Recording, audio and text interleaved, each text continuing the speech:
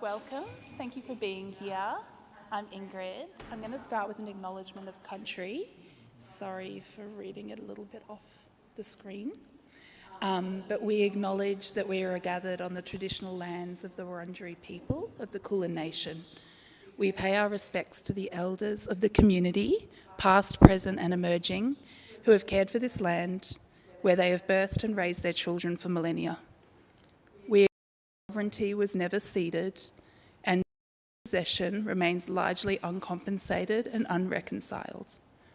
We would also like to take a moment to acknowledge and recognise those around the world who are currently holding babies in their bellies, in their arms and in their hearts in many unsafe situations. Cool. So like I said, my name's Ingrid. Welcome. I work for Birth for Humankind. As you can see over here, I don't have my badge. And I provide support to our doulas, and I also coordinate our services for clients.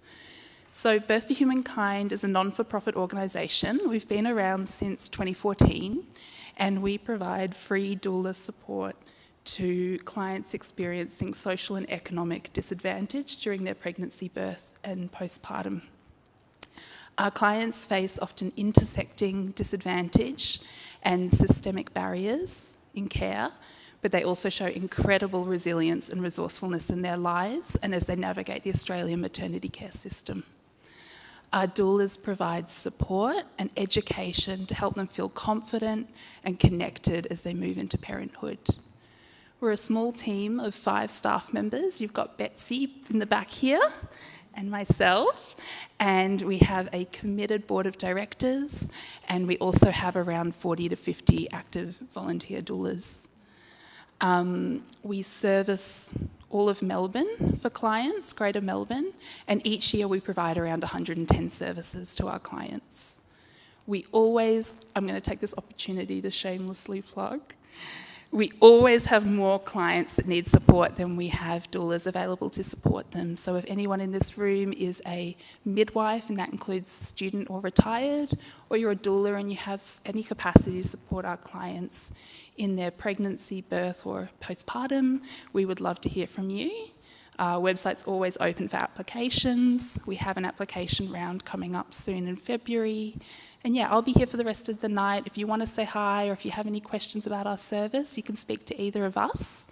And I would just like to thank Ria for your ongoing commitment to our organisation. I would like to thank Joe, who's a very active board member. And I would like to thank all of you for being here tonight, because the proceeds are going to be fed back into Birth for Humankind. And thank you, Nicky, just for everything you've done. Ria had to fan me down before when she said, "Hi, do I need to introduce myself?" And I was like, no. So I'll hand over to Ria now and plug you back in.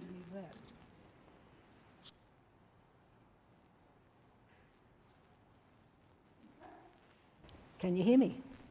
Okay, thank you. Wonderful to be here. Joe and I, it's a few years that we've been doing these in conversation. Basically, when anybody I know who's doing brilliant things in the birth come through Melbourne, it's like, we just want to hook them in and have a chat, yeah? But we started a few, maybe 4 or 5 years ago. I can't remember. Joe's, I don't know where she is. And they've been, you know, we've had some great conversations. I know some of you have been to some of those. So I've been longing to have a chat with Nicky, and she happens to be in Australia, so here we go. So this is what we're going to do. Before we get on to that conversation, so the conversations that we have in here are sort of just friends having a chat, yeah? About juicy things to do with birth, which we'll get on to. But another thing that I want to do, you see this candle here on this little table.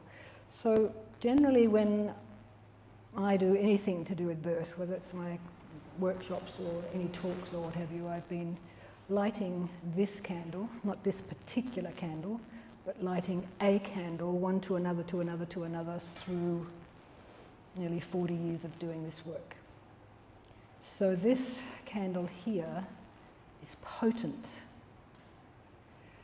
with, holding intention and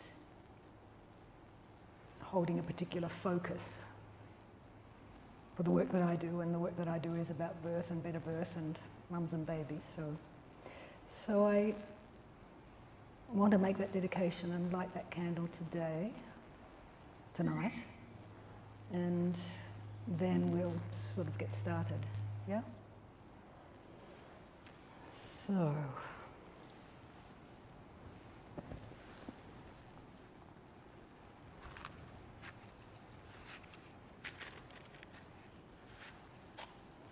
maybe just everybody close your eyes and just take a breath and take it in and release it into the, our shared energy here in the room.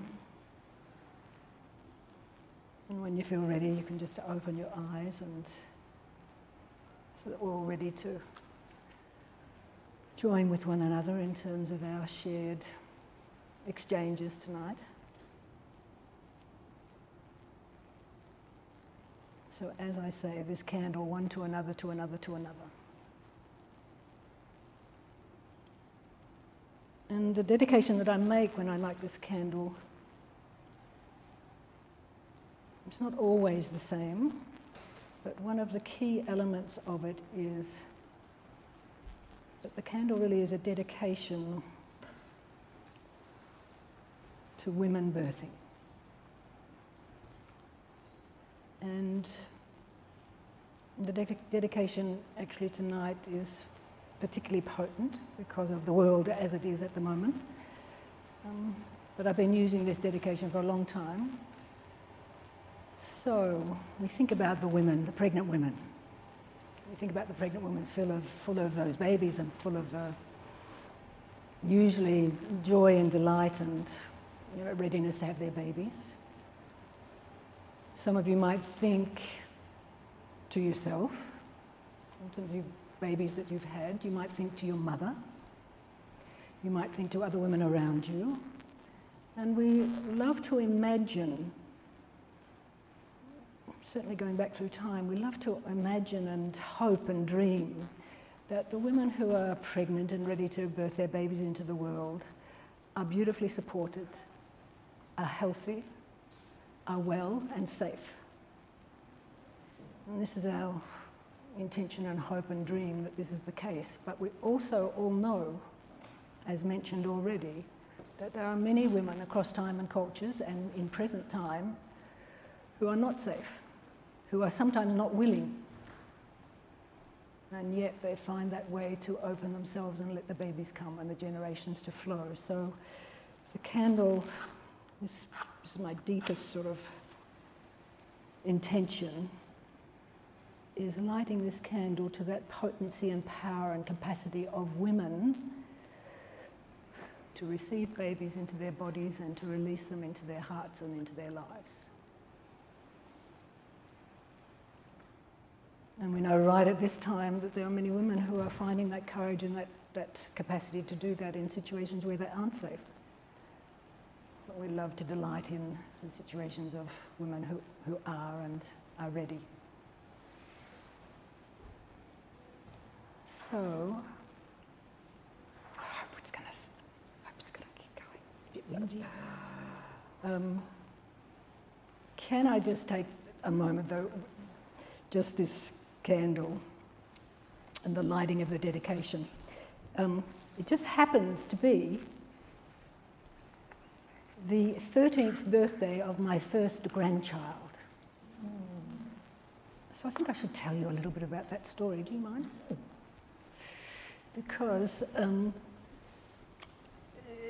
been around hanging out around births for ages, and this is the first son of my first daughter. And if any of you have read my book or know of my work, you know that that birth was a tough gig because of basically being fucked over, yeah, in that hospital system in England. And so coming out of that, and then maybe we'll talk about that a bit more, both Nicky and I, in terms of our pathway then into the sort of work that we're doing in birth. So when this first grandchild came with my first daughter, and she, as a small child with her sisters, 2 sisters, I mean, this is in the late 70s, 80s, home births in Victoria. I mean, those babies, those kids, those toddlers, they were dragged from birth to birth. They were all immersed in, the oxytocin glow, because that was just there.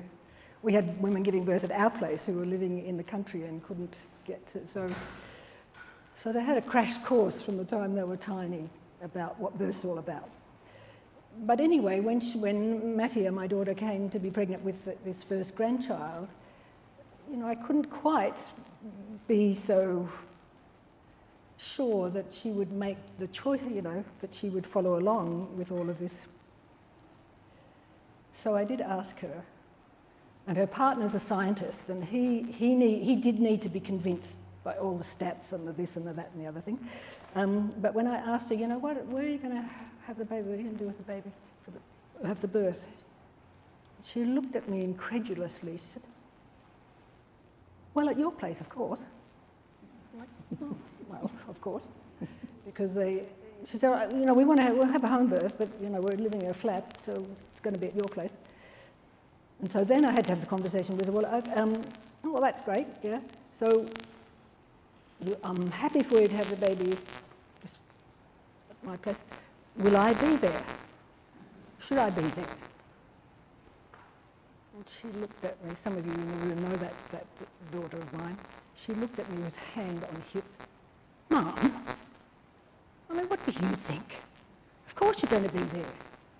So then I had to ask the follow-up question was, well, in what capacity am I going to be there?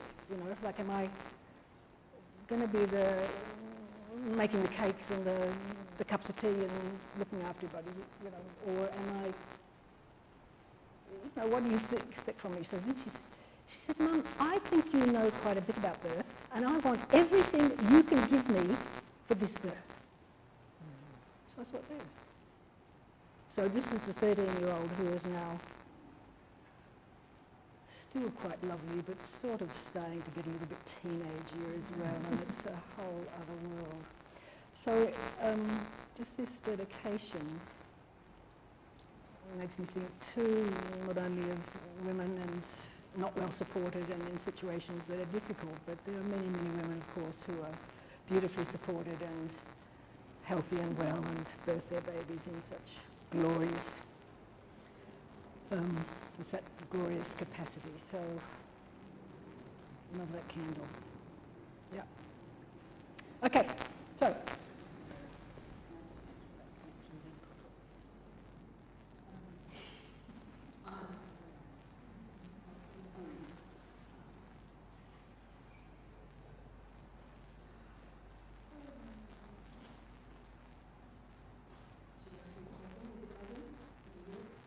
Buzzing? No? Is it buzzing? Buzzing? Buzzing? Put it back in the pocket? Take it out of the pocket? It doesn't like being contained. How's it going? Still buzzing? Does it need to be clipped on? Oh, sorry. Hello, hello, hello. Is it buzzing? Oh my God. Is it because of mine? I don't know. Maybe it doesn't like mine. Has it been buzzing through all that time? I've been telling you all that. You unplug the lab? You unplug the lab?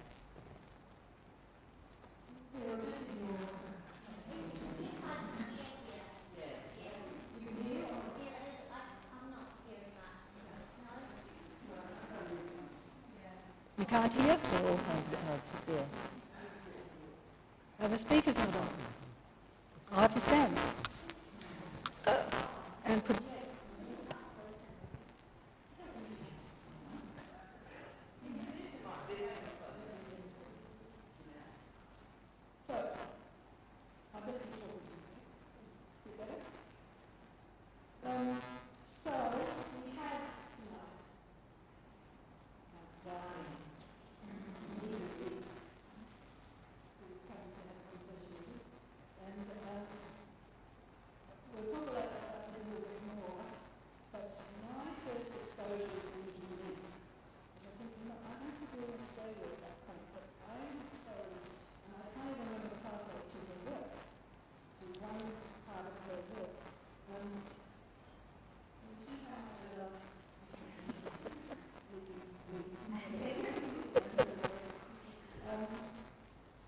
And she did this, she's done a lot of research, and we're not going to talk about all of it, but she did this brilliant piece of research, which I will get into, because many of you probably know I was a music teacher and involved in all things sporty, and that was sort of my pathway into birth work, to understand that women's bodies, you know, pain and function.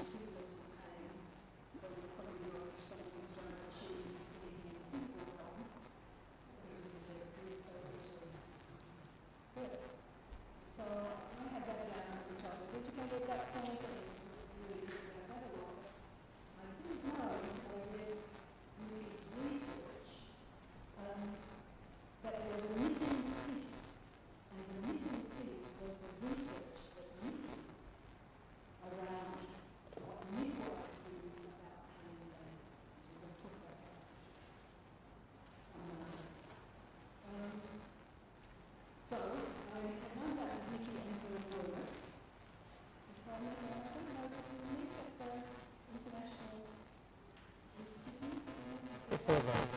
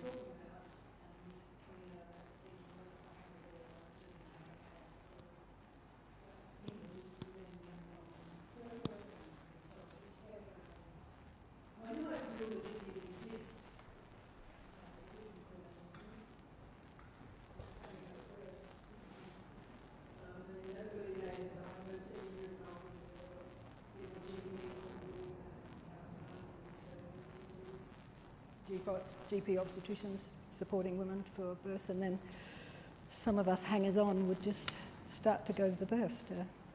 This was before doulas and so on. I mean, not before doulas existed, but before the word doula. So that was where it started for me, and I think a little bit the same for you. Nicky, tell us. Hello, everyone. Can you hear me? And it's not buzzing? Okay. Want to hear me, obviously. That's what's going to be. Yeah. Thank you all for coming. I'm just amazed that there are so many of you. It's really nice, and I hope we're going to have some good exchanges later on. But yes, Ria and I initially kind of realised we were soulmates around all the pain stuff. Yeah. And I have to start with my own very personal experience around pain in labour. I was barely 20 when I had my first baby. It was in a rural Somerset village, and I asked to have the baby at home because my mother had all her babies at home, including undiagnosed twins, which she talked about for the rest of her life. But at the time, it was too isolated, and so I had a hospital birth. But leading up to that birth, I was terrified of the pain. I was obsessed with my fear of it. And I asked my mother what she thought about it, and she said, "Oh, yes, it does hurt, but you forget about it when they put the baby in your arms." That wasn't good enough. And anyway, I had a pretty rotten sort of hospital birth. It wasn't terrible. It's just that nobody listened to me, and I laboured very fast, and it was a bit chaotic. But the thing that amazed me was that it wasn't like being on the rack, it wasn't torture, that it had gaps in between, that it had a pattern, that it sort of built up and died down, and then there was a break. And I thought it was marvellous. I just thought, this is incredible, this feels incredible. And I did that thing that we all see women doing after my baby was born. I felt like I could do anything. I could climb Everest without oxygen. You know, I just thought, in terms, because I was a pretty weedy 20-year-old, really, and I'm not very athletic, I can tell you. But I felt like my body was so clever, that I was so clever. And I started having to tell everybody about it. That was the beginning of my birth activism. I just had to tell other women about this unusual pain of childbirth, that it wasn't like chronic pain, that it wasn't like the pain of injury. I didn't know any theory, I hadn't read anything, but I just knew that this was really important to reassure women about pain in labour. And then I went on to have more babies at home this time. And somewhere along the line, I'd had 2 babies. I had a failed marriage, and I was in a pretty bad way, and I was walking my goats in a Somerset lane. And along came this woman, a large woman, with a basket over her arm. And she said, "My dear, what on earth's the matter?" And I started, life's a mess. And she said, "Come home with me, let's get rid of these goats and put them somewhere." So I went back, and that was a woman called Gwen Rankin. And Gwen was a founder member of the National Childbirth Trust. I don't know if you all know about the NCT. It's an enormous organisation in the UK that trains antenatal, people to give antenatal education, woman to woman. And she was a founder member. And she took me under her wing, and I started sitting in on her classes. And she said, "You ought to be an antenatal educator yourself." I think called it teacher in those days. I went, "Yeah, all right." So I started going up to the NCT headquarters, and they gave me a training, and then I started doing antenatal education in my home, groups. That's the start of the groups, and later in community centres. And, well, am I going off the point? No, you're totally on the point. Okay. So I'll just give you, I'll just carry on with it, the story. Is that all right? Let it flow. So, We want the story. oh, all right, all right. Yes. I will bring it back to pain if I go off track, all right? So then... Can I just say, so, in terms of birth, all roads do lead to oh, pain. yes, of course. Okay. So then what happened was I was running these groups and supporting women, and I was still in Somerset, I was in Taunton, and I saw a notice in a window saying that the Family Planning Association, who had stopped running clinics, they'd given them over to the NHS, and that they were now going to be doing sex education work. And I thought, oh, I'd be good at that. So I went in and offered my services, and they gave me a wash bag full of contraceptives and said, go up to this school in Bristol, they want to talk. That was pretty scary stuff, I tell you. But the Family Planning Association, the FPA, gave me fantastic training in group work and communication and interpersonal skills. So then I moved up to London, had another baby at home, and I started working in sex education projects in the community. And the way I did that was I ran antenatal groups in a community centre, and I started working with young women's groups and young mothers groups. And they were young women, single women, mostly black women. And in these groups, we used to go out and pick them all up in a big bus and bring them to the group. And I then started doula work, really, with these women. When they had nobody to sit with them in labour, I used to go in. And it was while I was with a young woman in Lewisham Hospital in South East London and saw how she was being treated and how powerless I was to do anything about it, that I decided I had to train to be a midwife. And so my partner and I did a role swap. I lied to them to get into the training because they wouldn't have taken me on if they knew I had a 9-month-old baby. Yeah. And so I then crossed London on a motorbike to get to Edgware General Hospital, which was the only place at that time that was still training people through a 3-year program. But I kept what we call direct entry here.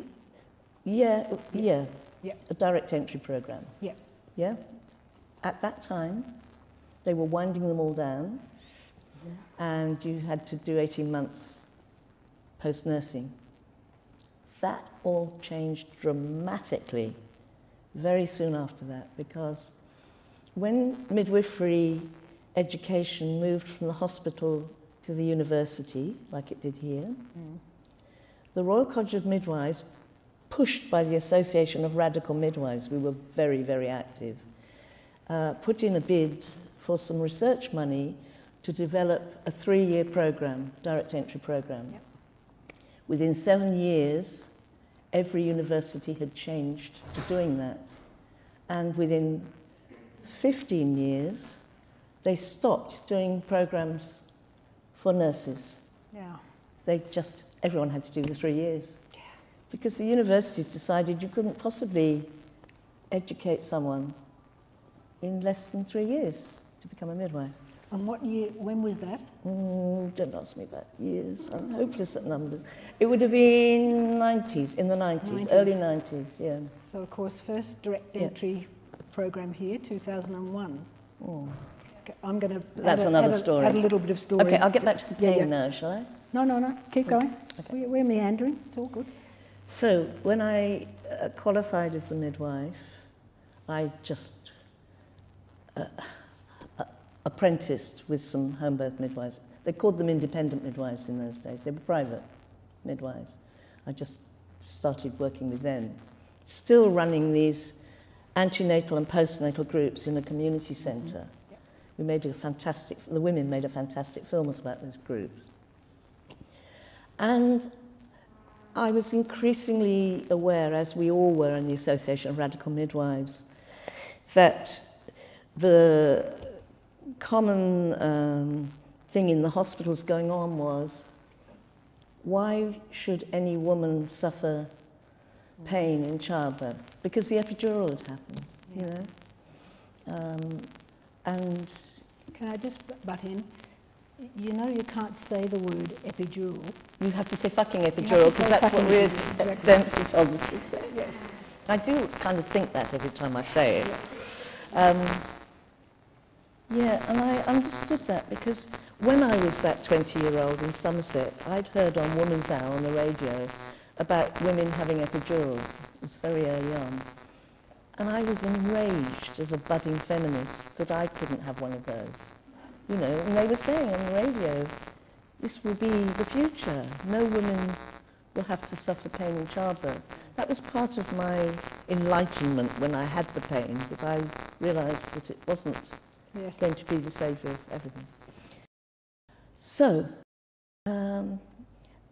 somewhere along that line, I enrolled in a master's programme. And I decided that I wanted to explore what people thought about what midwives thought about the argument, why would you not offer all women an epidural? And why should women have pain in labour? I wanted to know, because I was struggling with how to come back when they said it. Yeah. It was really hard to think of an argument. So, it's a really tin pot little study, and I wasn't a proper researcher. But I got together individually midwives who I knew had experience of attending women at home. So I knew they'd all have something to say about it because they had all worked in situations where they weren't having epidurals. Yeah. And there was some were from the UK, there was a Canadian midwife, a Dutch midwife, and 2 Australian midwives, I think. Right. Anyway, there were about a dozen of them. I can't remember how many.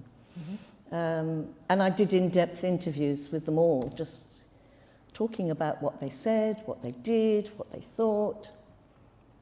And it was incredible what they said, because they said there are just 2 ways of being. There's working with pain and there's pain relief. And they described how you work with pain and how difficult it can be sometimes and how you cope when women are pleading, how you prepare women, all sorts of things. And so I kind of wrote about it somewhere. I can't remember where I wrote it.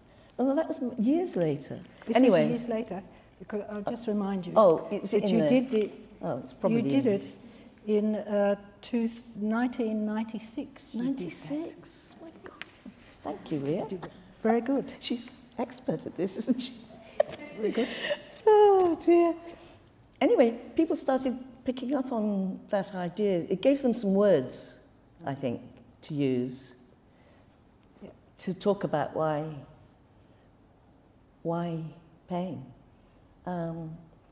And that sort of started to frame the way we talked about pain in groups and classes. Yeah. And then you took it up, and the rest is history. The rest is history.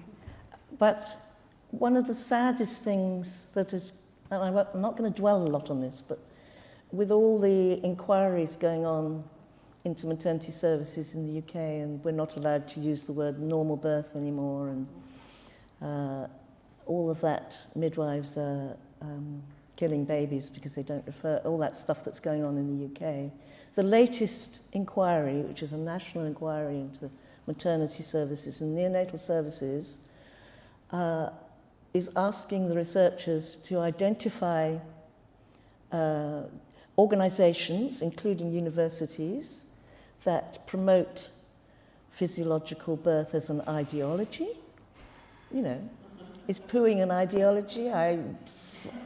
And the really frightening thing is, and people who are teaching women things around normalising pain. So they are all going to be hauled over the coals for teaching about working with pain, because the women that they're listening to say, they didn't give me pain relief. I was asking for pain relief, and they didn't give it to me. And that's where we've got to. It's really shocking. And in Bristol, where I live, we now have over 50% of women having caesareans. It's up to 60% in some London hospitals. Yeah. And midwives are just leaving in droves. Anyway, we'll park that there, shall we? Can I just say another 1 or 2 things about, before we leave that entirely? So it's sort of the modern way, isn't it? That fucking epidural has just taken over mindset and practice. And so then it's sort of spoken about, well, it's barbaric then to have to be working with your body. Yeah. And also, it's normal. It's so socially normalised, the fucking epidural, that women don't know. Like, they come out. So many of them come out with very disturbed births, and births that have required forceps or that go to the Caesar or what have you. And so we've seen the rise, not only the rise of the epidural, but of the thank goodness birth. Yeah? Yes. Well, thank goodness I was in that hospital and they could save the baby, and thank goodness I was there and they could save the baby, and thank goodness they were there. Without most of those women knowing that the very reason why we then had to save that baby is because of that fucking epidural. And so it seems like socially and culturally it's presented like it's a gift, but without the knowledge that most of us have of knowing what that fucking epidural does to the physiology.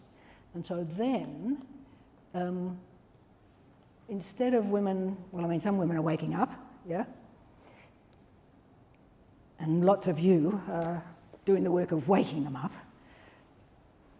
so that they understand that the epidural is not their friend, and not the friend of the physiological birth.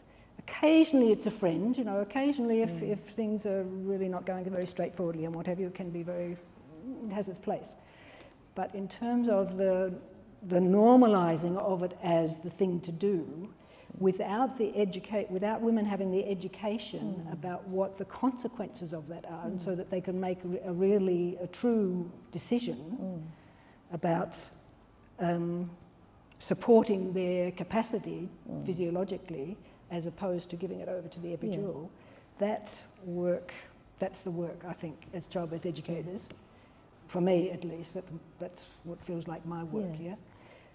And maybe you were ahead of the game, you probably were ahead of the game, but I can remember when epidurals started to be coming into the birth scene here in Australia, at least in Melbourne, and that was sort of would have been the late 90s, mid-90s, and those of us, I say, the doula thing wasn't around yet, and we thought, you know, particularly in the home birth scene or the birth centre, we had birth centre, you know, just about every hospital had a birth centre at that point here in Melbourne.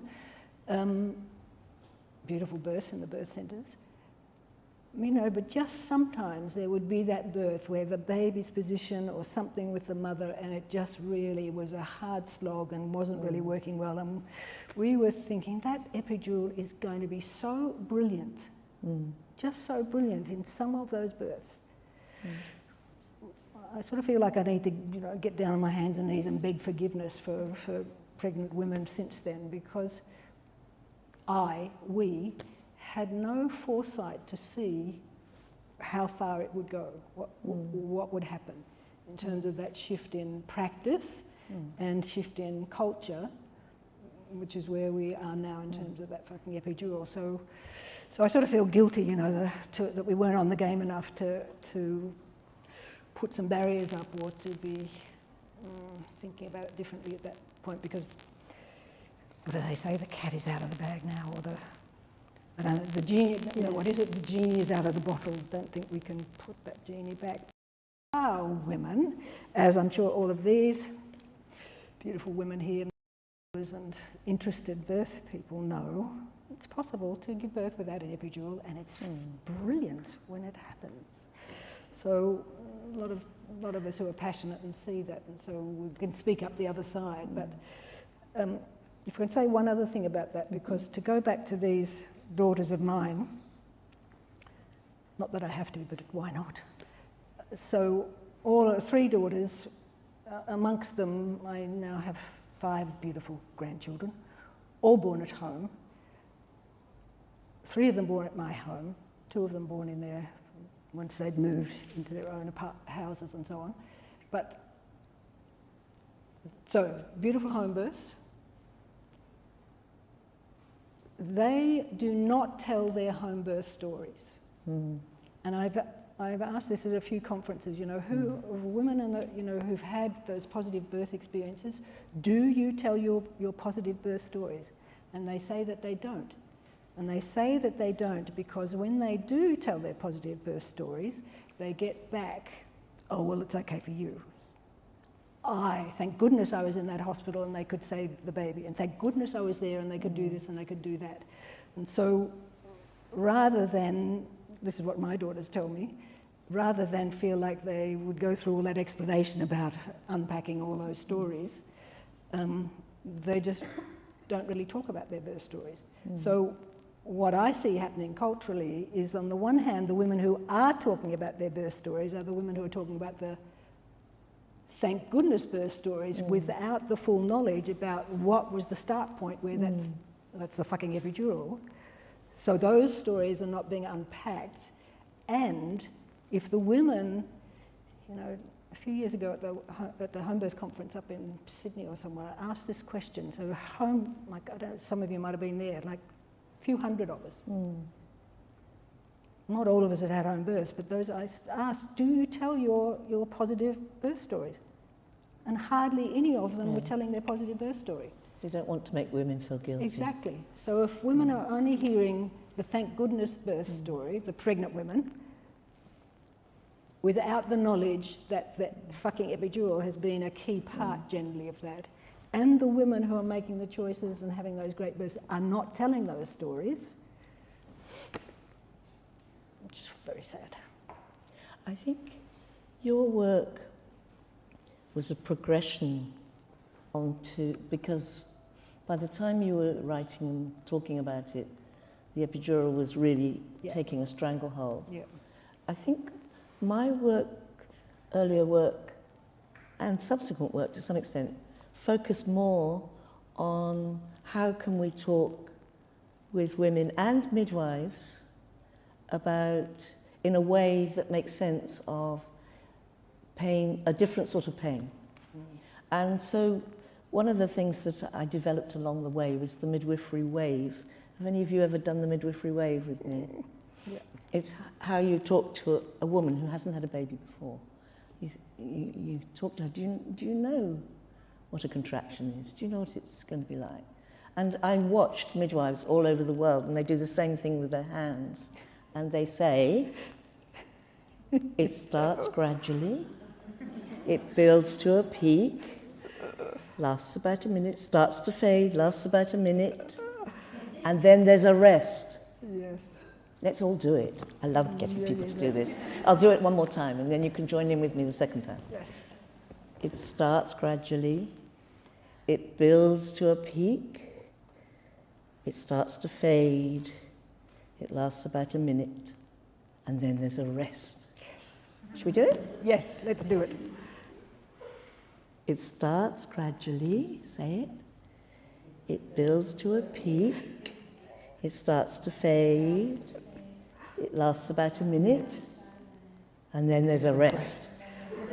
Okay. And I've seen women go, oh, I can do that. Let's not leave this. Joe, get your mobile phone, come out here and take a photo of this group doing the wave. Well, we should ask, would you be okay about having yourself put up on social media doing the midwives wave? Do you think we should?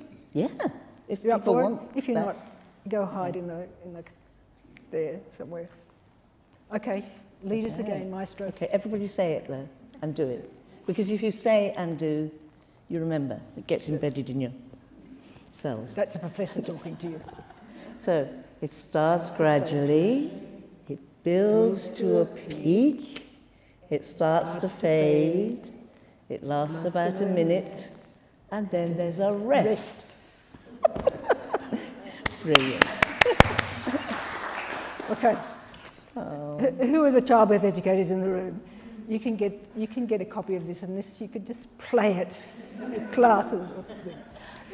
I mean, it's fun, but it's actually, I think midwives have found it quite useful in talking to women because we're not taught that. I don't think we're taught to talk to women about what this curious, different sort of pain is. Yeah. And that maybe that's a really important starting point. Yeah. Yeah. Because if we're forever presenting it as a choice, you know, and there's this and this and this, and these are your choices, you're not really getting down to how you're going to do it. Yeah. You know? How, yeah. Anyway. Can I bring another little bit in that we Yeah. can riff on, which is so exciting again? And this is, I mean, just because I'm Australian, you're not. Not that actually Sarah Buckley is Australian either, she's from New Zealand, but you know, we claim her. Yeah. Who of you are true Aussies? I should ask the other way, any of you not true Aussies? A few, okay. But you know, in Australia, we're quite generous. Anybody who does anything brilliant in Australia, doesn't matter where they've come from, we'll claim them as an Aussie, right? Okay, so Sarah Buckley, she's an Aussie, even though she came from New Zealand. And so Sarah and that team around the world, the oxytocin researchers, or as I am at pains to say, you must label queen oxytocin as opposed to synthetic oxytocin, yeah? Yeah? Because oxytocin ain't just oxytocin. And women they might know about oxytocin if they're lucky, but they need to understand the difference. And so Sarah and the researchers all around the world, the oxytocin researchers, are on the case about this, but they're also on the case about it in terms of the pain issue and the physiology of queen oxytocin doing her magic. And then you go, and if you've got a drip up, it's like this. Yep. Yes, no wave. Nobody talks, well, very few people, you lot do, but Yep. people don't talk about the pain of syntocinon, you lose the waves. Yeah. It's so important. Exactly. Yeah. So that research that they're all doing, talking about physiology in particular, well, they don't use the word queen oxytocin, but I think they should. That, you know, they talk about they don't talk so much about the pain aspect, but they're certainly talking about the shift in consciousness that occurs once the hormones are coming through, and then the combination with queen oxytocin driving those big contractions and the endorphins coming through, and when the endorphins come through, this is what we're talking about when we reach that peak and that wave. When the endorphins come through, their cerebral cortex is taken out of the picture, so that any fear and stuff is just sort of gets swamped again by that. So all of that beautiful, beautiful combination of the physiology. And so you did this research way back then. What did you call it? What sort of research did you say? Tin pot. She did this tin pot research back in 96 or something or other, which spoke to this aspect of it, in particular, the midwives' attitude. Yeah. I've put a bit of an overlay on it. Maybe we might talk about it. No, you developed. But from it. the oxytocin researchers are now, going deeper in a way to talk then about what's happening in the physiology, as well as in the emotion and in what's happening in the brain.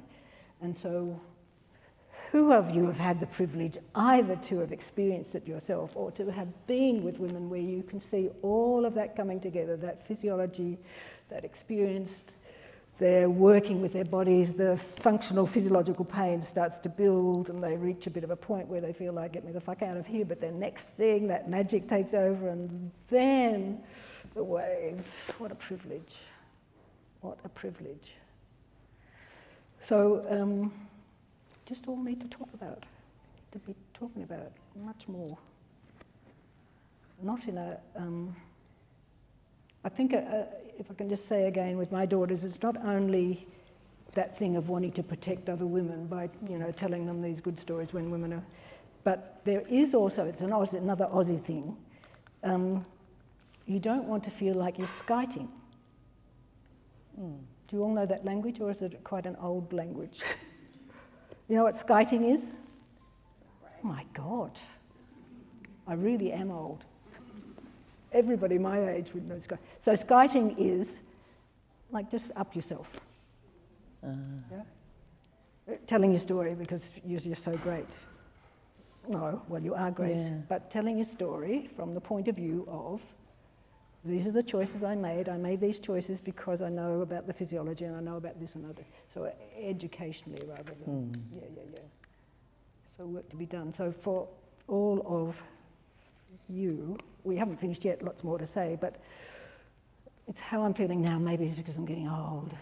And I'm just implore you all to speak it up, talk it up.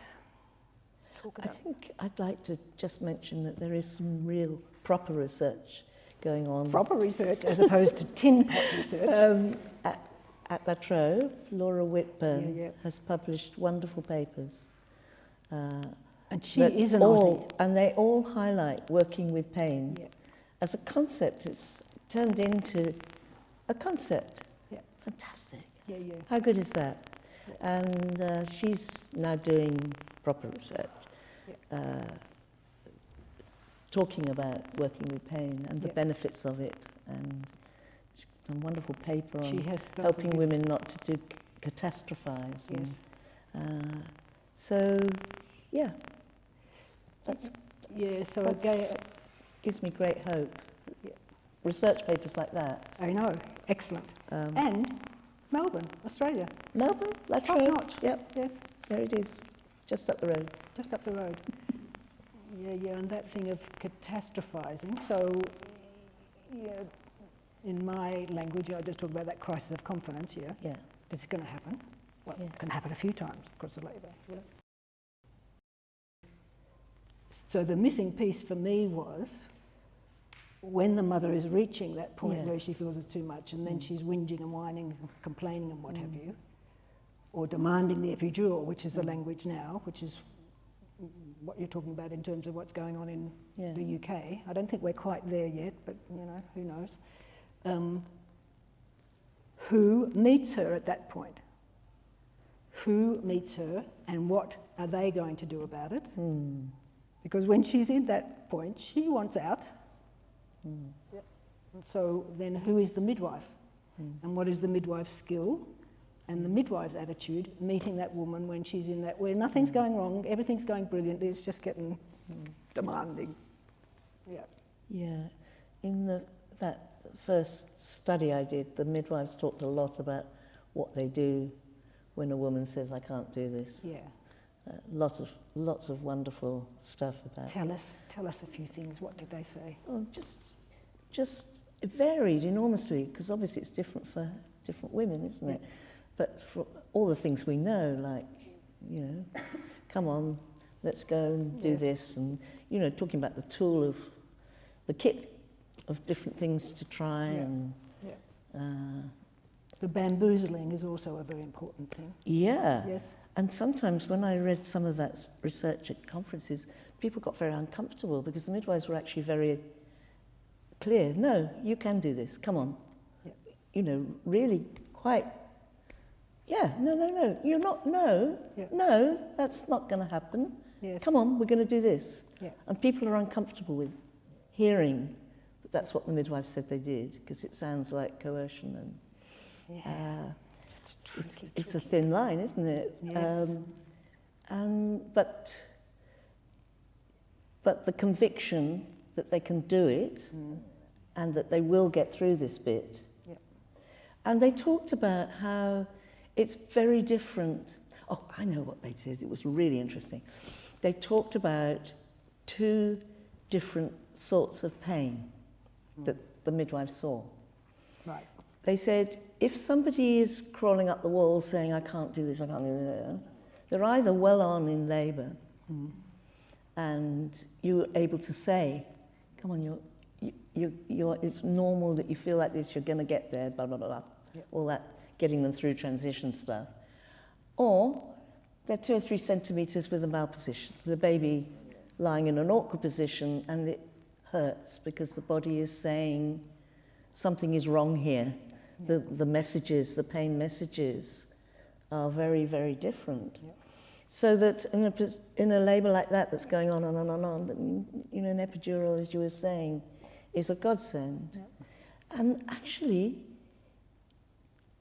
that is quite, I don't know, midwives, doulas amongst you, would that fit with your kind of ways of thinking? That usually it's one thing or the other, it's not something, it's quite rare if a woman knows her midwife and trusts her midwife or her doula, for them to be that's the key thing. climbing up the wall the women climbing up the wall with strangers, Yes. and they're making noises that sound like screaming, not roaring. Yeah. Yeah. Yeah. Yeah. Yeah. So that's another part, isn't it? Yes. Of the picture. Is Yeah. the continuity of care. Yeah. Yeah. Yeah. It's Did you everything. do any research around that? I know you've talked about it a lot. Well, yes. Yes. Not me personally, but a lot of us Yes. have done work around that, setting up midwifery continuity care programs. Mm-hmm. Been a major focus of our research for a lot of us. But I'm going to just talk about AMAP because Karen Lane is here. Yes. And Why Karen- not? Karen was one of the researchers, as was dear Kerrin Reiger, whose funeral was this morning. Yeah. I want to tell you about AMAP because it was amazing and changed a lot of things for Australian midwifery. Oh God, I can't remember the dates. But Leslie Barclay got together a big research grant. It was called the Australian Midwifery Action Program. Yeah. And she got funding for some of us to do doctorates and study the work that we were doing in AMAP. And she brought together researchers, midwives, and we did things like we went out across Australia bringing midwives together. Did any of you ever go to any of that? No, too young. Do you remember when it was, Karen? I think it was in early 2000. Yeah, the AMAP, the results are in a document that you can get online if you Google Australian Midwifery Action. Mm-hmm. Anyway, different pockets of research on what was happening for midwives and for maternity services across Australia. Yeah. We'd go to rural and remote towns and we had a graffiti board everywhere we went. We just got midwives to write graffiti about what was going on Okay. for them, Yeah. and Sally Tracy was doing all the research around funding continuity of care. And out of that project, and Karen, you and Kerry were doing amazing sociological stuff around the whole thing and looking at the culture. And anyway, out of that research came big change because it was the start of people articulating the importance of midwifery continuity care and embedding it in public health systems. So thank you to you and to Kerry for being part of that.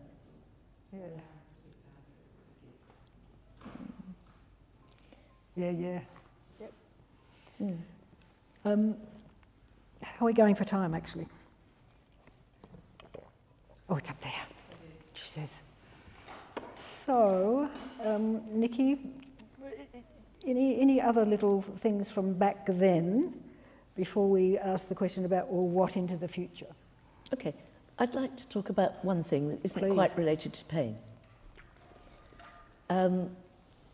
I don't know how it cannot be, but anyway, yes, go Well, on. it isn't, Show me. it isn't quite.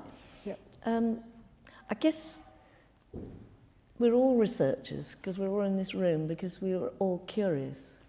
You know, curiosity is what makes us want to find out about things. And I want to talk about the very first bit of research I did, which was with Billy Hunter. Ah, yeah. So Billy and I met in the Association of Radical Midwives, and we both had young children, babies, and we were very, very active in the Association of Radical Midwives. And in it, I'll call it ARM, you know what I mean. ARM was a group set up in the UK by some very upset student midwives in the late 1970s, and brought together all the midwives who wanted to make change happen, and it became a very powerful activist group that kind of informed the RCM about what they should be doing, and then they took it on, the Royal College of Midwives. And we wrote, we used to go to each other's homes and camp in the gardens and drink red wine and write things. We were always writing about what we thought was important. And we did one weekend, we were up in Nottingham, I think. We all had kids crawling around the floor and stuff. Yeah. And we wrote a document called The Vision. Yeah. The Vision set out a template for community-based midwifery continuity of care, midwives having their own premises in the community, funded as part of the public health system. That vision document formed the basis of all the work that was done in New Zealand when they transformed midwifery. Yes. They said to us, we just used that vision document. It set it out. The Canadians, Yes. those Canadians, they used the vision. And kind of got used a bit in England, and we used it here. Yeah. You know, when we were doing AMAT, we used the vision document to say, this is what should be happening.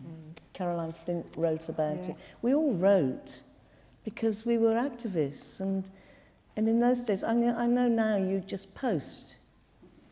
It's the same, isn't it? You have to, if you're passionate about something, you have to tell people. I remember ages ago, right back in ARM days, we used to have discussions about the words we use. And I thought, oh, that sounds good. So I wrote an article called The Power of Words. I think it's still on the midwifery curricula in most universities. It was a tin pot little article about the words we use. So why am I banging on about this? Oh, so Billy and I decided that we wanted to capture a golden age of midwifery when midwives provided continuity care and worked in villages and stuff. So we thought, we'll go and talk to very old midwives and women who gave birth. And so we went out, I hadn't a clue how to do anything, and we went to the Royal College of Midwives Christmas tea party for retired midwives. For retired midwives. For retired midwives. Excellent. And we got a whole lot of these old girls to say that, we could go to their homes and talk to them about this. They were practicing in the 20s, 30s and 40s. Yeah. And then we thought, it would be good to talk to some women too who gave birth in the 20s, 30s, 40s. Our cut-off was 1948, because that's when the NHS came into being. Before that, people had to pay for the midwife and for people who worked a bit like doulas, actually, but they did the cleaning and the washing and the child care and anyway, so we went out and we did all these interviews about this at somebody who published. She was the head of some feminist publishing group, and she said, that would make a good book. So we thought, that would make a good book.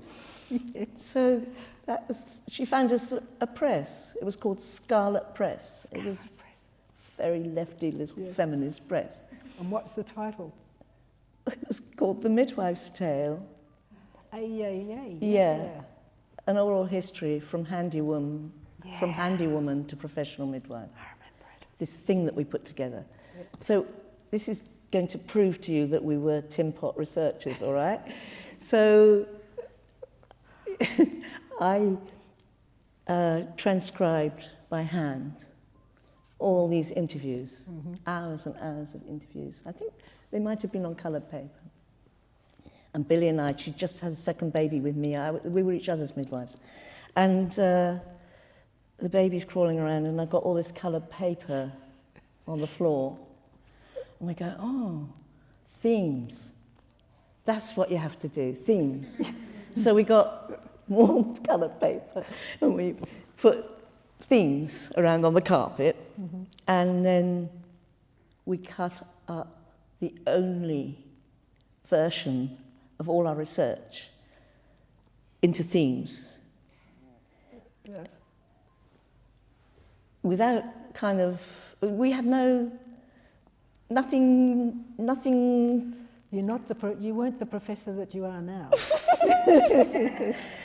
hopefully we knew the things so well. Anyway, you can hear some of that because the Royal College of Midwives have got an archive online of the Midwife's Tale interviews. Right. Yeah, it's called The Midwife's Tale. You can access, because it's really good, because other people can listen to those interviews and use them as research, which is really embarrassing because we were useless. I mean, we were terrible at interviewing, and Billy's baby's in the middle of all of it, and really, it became quite a good seller, actually. People loved it, and then in 2013, we rewrote it. We just polished it up a bit. I think proper oral history researchers said that it was charming and a little unorthodox, but a very good read. High praise. But the people that loved it were people who bought it for their mothers and grandmothers, and people loved the stories. We just got wonderful stories in that book. And the reason I want to tell you about this is that one of the projects that I really want you all to know about, if you don't already, is that we have a project within the College of Midwives called the Australian Midwifery Research Project. Has anyone looked at our website? No, you see, you've got to all go home and do it, please. So what happened was... Say it again. What's it called? The Australian Midwifery History. Is that what I said? No. Australian Midwifery History. Australian Midwifery History. Australian Midwifery History, yeah? Got that? Yep. And so what happened was, when the college unified and all the little local branches had to they put together a History and Archives National Committee. And this is in Australia you're talking about? Yeah. Yep. Yeah. All my work was in Australia, my good work, really. Yeah, nothing in England. Yep.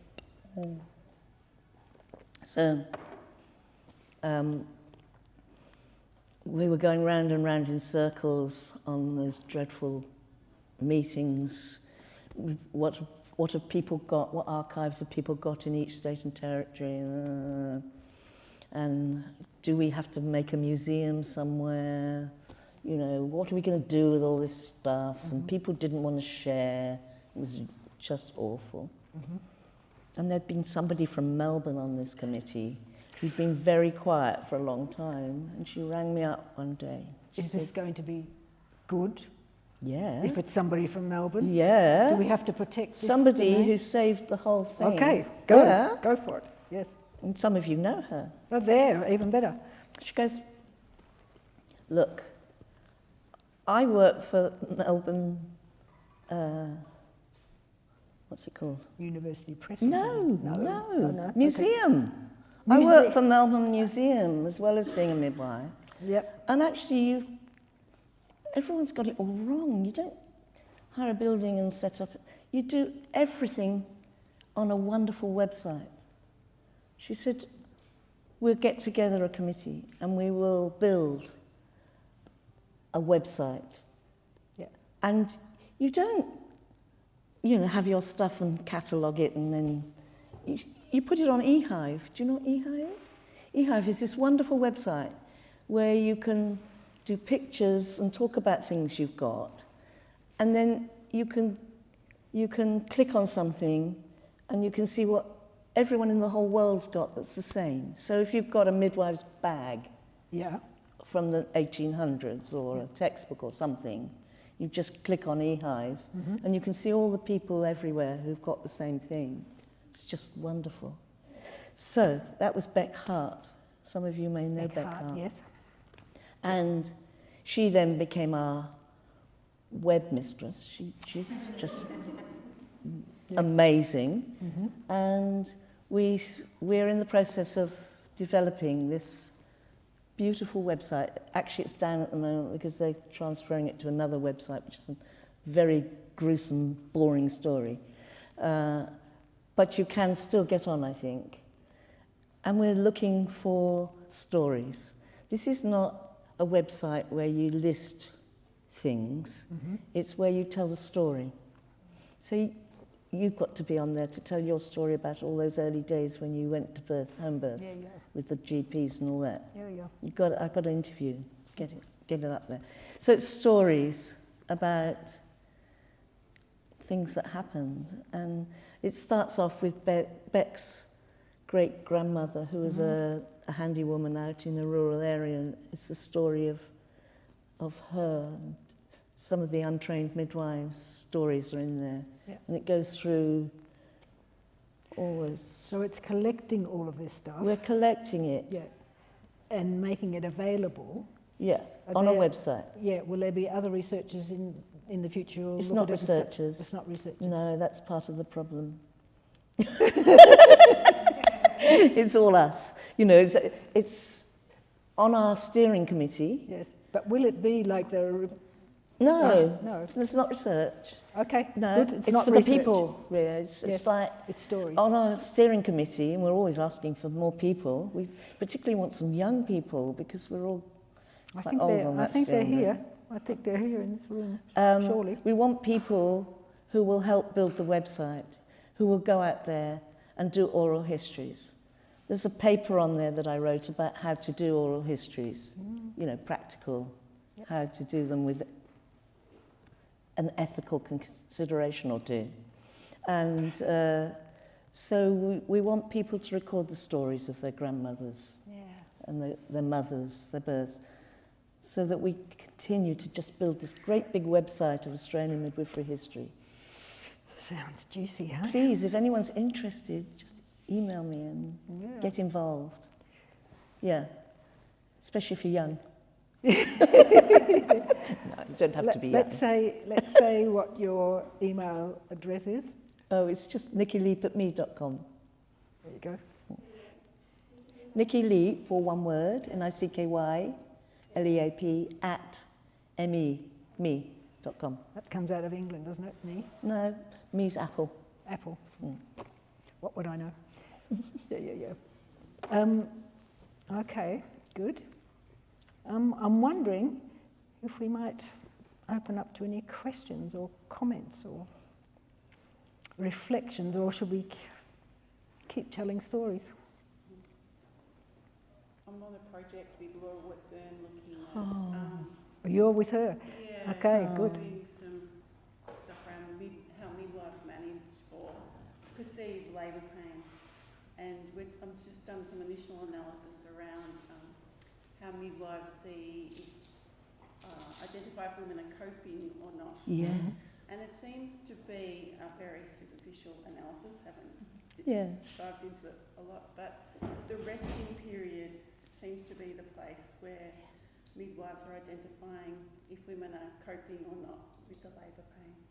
So it's that react. Do they have the ability to rest, or is that rest period more chaotic and closing the walls, or Yes. sort of that? That's interesting. Yeah, because a lot of Laura's work around catastrophizing was around that, wasn't it? Yeah. Yeah. The catastrophizing was more her PhD looking at women's perspectives. Yeah. And what this project with this woman as well, looking at how midwives perceive and watch that. So I think we've How got wonderful. 500-600 midwives nationally. Hey. How amazing. But it God. was interesting that rest period seems to be an identifying thing for them in terms of... So what were those midwives, if the woman wasn't resting, but was distressed, did they do anything about that, or were they just reading it that it means that she's not coping? These questions were specific, like The rest between the contractions, you mean? Yeah. It was a big survey with lots of different questions, and this bit was just looking at coping, but we also asked questions about language and what strategies, and we used your working with pain relief, like in a scale, and where they situate themselves philosophically. Wow. How wonderful. Interesting sort of work, but... Congratulations. It makes my heart sing to know you're doing that. It's so wonderful. There is some interesting research going on too that grew out of WA, PhD over there, on resting periods. So the pause study, which is looking at home birth situations where women are tucked up in bed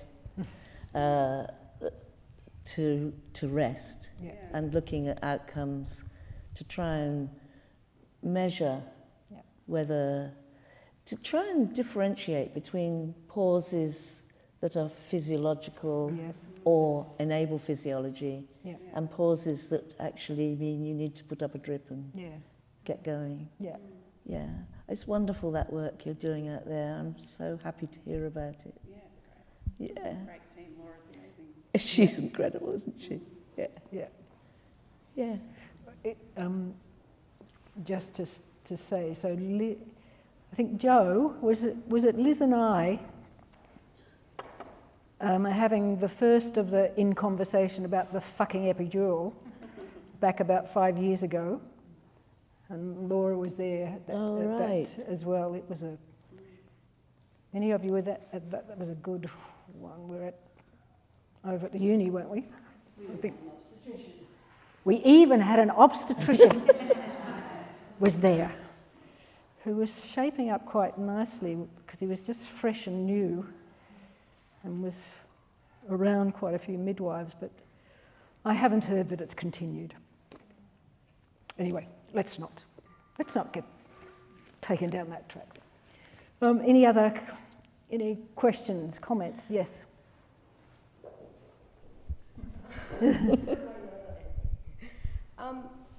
Do any of you know if any of this research around pain and epidurals is done in highly traumatized communities? Because I love everything that you're saying, but so I'm a doula. I'm not a midwife. I've never done that side of, and I've never done private doula either. So my work is purely birth for humankind. Mm-hmm. And the conversations around pain are, I think, different, because a lot of these people have history of family violence, really high mental health disorders, refugee asylum seekers that have zero support. And so the conversation, and they're extremely resilient and brave humans. But it seems to me like a lot of that bravery and resilience gets put into the situations that they're in. And so once they go into the room, a lot of the times it's like, they literally say to me, like, I will not be able to handle this pain. Yes. And it doesn't matter how much I say to them that you can and your body's made for these, like, their body most likely feels pain in a different way than most other people's. And their mind is in a different state. Like, they don't know where they're going to go after they have the baby, or things like that. So I think there's just like from my point of view, like a little bit of a missing piece of intersectionality in this research. Because on that's one side of the spectrum. The other side of the spectrum is women that come from countries where an epidural, like, why would I even do that? Like, what is that? Or if I say, like, these are some affirmation cards, or like, essential oils, they're like, no, I don't need that. I don't need any of that. And so, there's a lot of sides of the spectrum. Like, it seems like one or the other. And so when I do hear you talking about, like empowering and this language and all these, it seems like there's this bit missing, I guess. Yeah. Totally. Totally get that. Thank you. Yeah. Do you want to say something to that? No, I think you said it beautifully.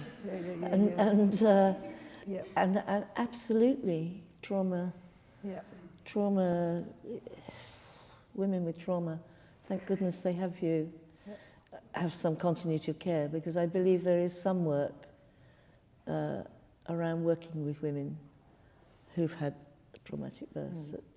And a lot of the stuff in the UK that's coming up about we shouldn't be promoting working with pain comes from, there's a lot of stuff coming out of the UK at the moment about black women and brown women saying that they were denied pain relief and that they were treated badly. And of course their maternal death rate is 3 times higher.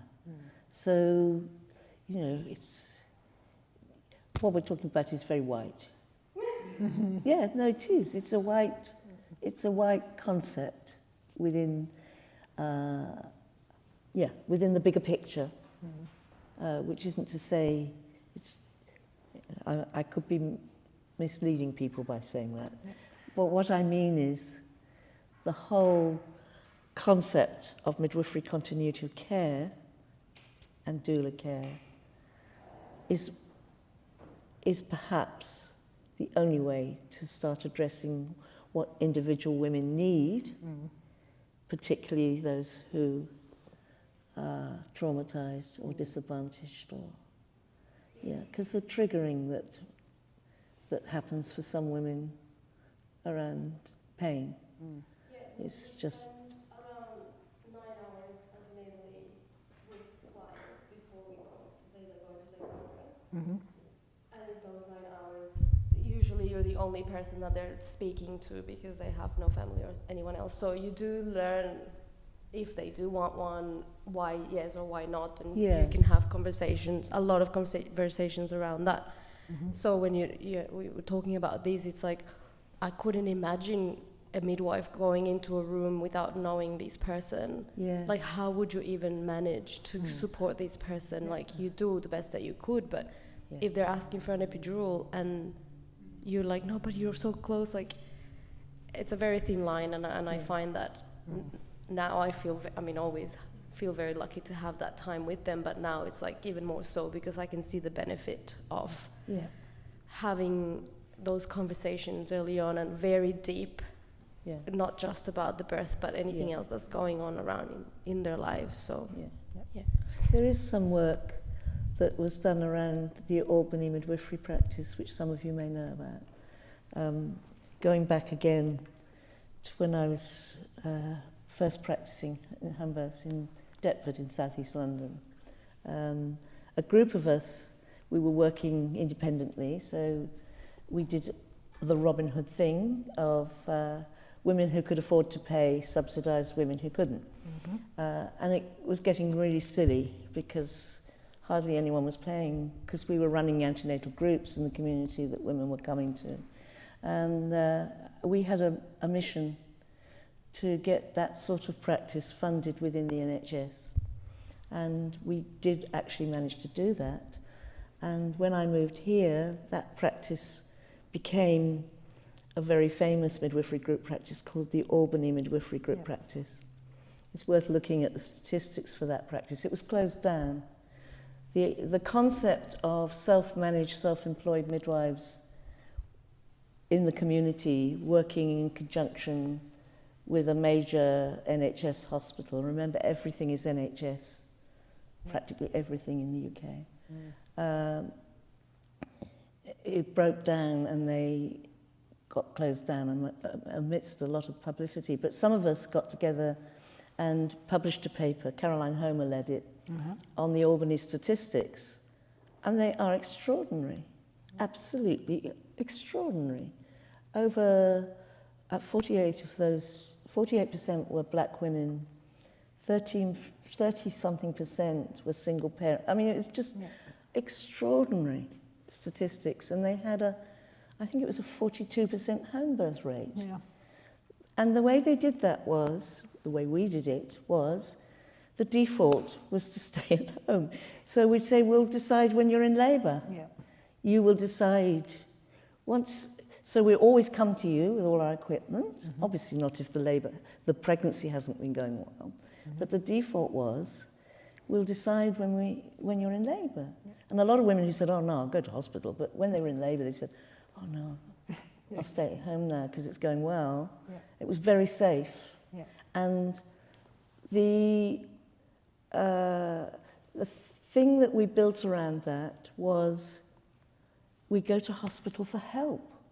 So it wasn't the failed home birth.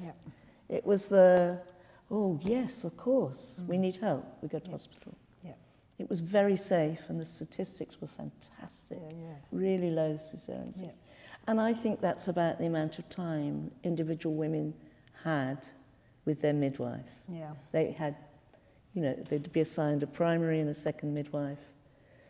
And they came to our groups. The groups were really interesting because there was no agenda for those groups. So it wasn't like this week we're talking about breastfeeding or anything. every week a woman came back to the group with her new baby and talked about her birth experience.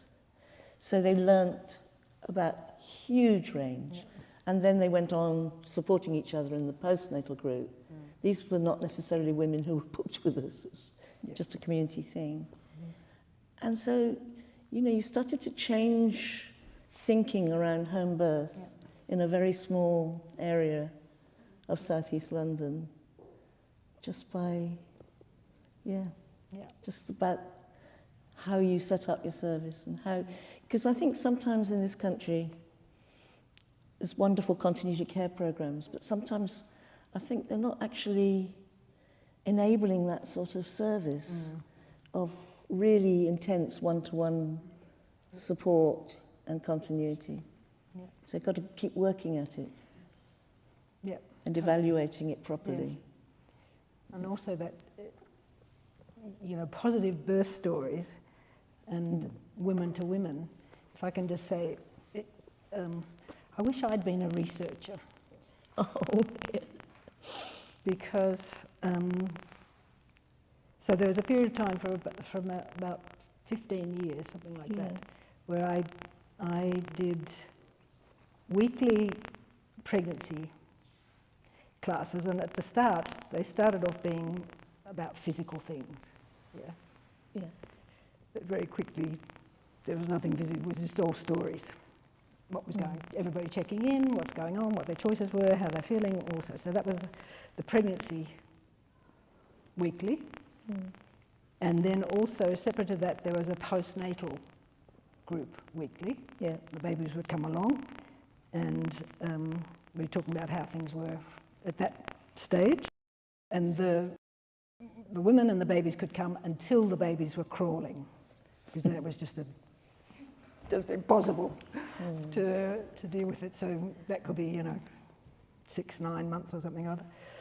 So the weekly pregnancy class, the weekly postnatal class, once a month, the pregnancy and the postnatal class got together, and in that group, all the birth stories would be told, so that the women are then hearing the women that they've been sitting with in the pregnancy circle, hearing then how their births had gone, so that all that beautiful education. And then once a term, the grandmothers would be invited. So, and then we'd have the grandmother's stories and all of that. So that went on for years and years and years and years. And then I started to write a book, and I could no longer do that because it took me so much to write the book. But that was really just such a, I mean, there's learning, isn't there? There's learning, and then there's feeling learning about just being in those sort of I think with the groups we ran that were free, they were free, and women could come at any stage of their pregnancy. So it wasn't like a course. And so they'd come, and some of them would come every week. And so they heard a lot of stories.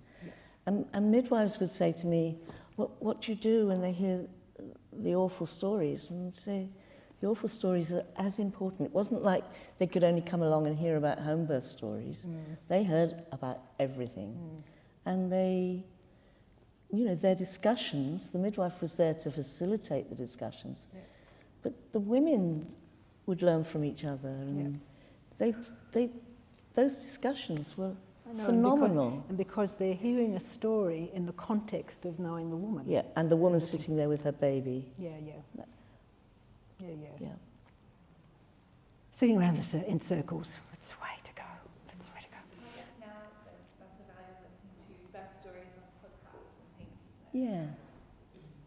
Replaced it in a way. It would be nice to have more circle story sharing in person, but I think the value of birth stories on podcasts as well is amazing. And like, I think as midwifery students, we'd listen to things on Australian birth stories and be like, oh, it's, you know, a horrific story, like about, it's not something you want to hear when you're pregnant. Actually, that's how you learn what you do and don't want, or what choices you would make in those situations. So I guess that's the modern day equivalent now, isn't it? It is the modern day equivalent. It is the modern day equivalent. It's a different sort of relationship, though, isn't it, that's formed between the women.